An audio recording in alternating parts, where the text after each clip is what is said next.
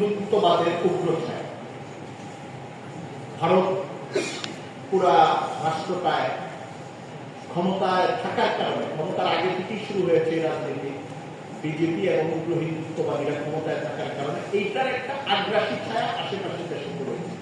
বাংলাদেশে বিভিন্ন সময় অনুভব করে কখন এটার কত উগ্ররূপ প্রকাশ পেতে পারে, কালচারাল ভাবে, রাজনৈতিক ভাবে অথবা অন্য কোনো ভাবে, এটা নিয়ে আমাদের সচেতন থাকার দরকার।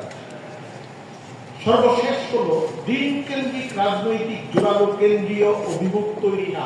বাংলাদেশে এই মুহূর্তে একটা রাজনৈতিক ব্যাপার সেটা চলতেছে, কালকে সনদ স্বাক্ষর হয়েছে, সামনে নির্বাচন হবে, মাঝখানে অনেক কিছু হবে, জোট হবে, এটা হবে, ওইটা হবে, কিন্তু একটা ইসলাম কেন্দ্রিক একটা লক্ষ্য নির্ধারণ করা বাংলাদেশে এটা মূলধারার প্রভাবশালী রাজনৈতিক দলগুলোর মধ্যে নেই।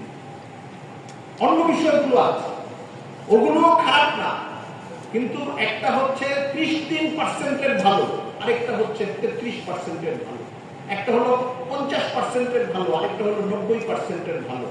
বাংলাদেশের মানুষের জন্য এটা খুব কল্যাণকর হতো যে ইসলামকে রাষ্ট্র এবং সমাজ ব্যবস্থার অনেক গুরুত্বপূর্ণ জায়গায় মূলধারার সবগুলো দল মিলে যদি এটাকে তাদের টার্গেট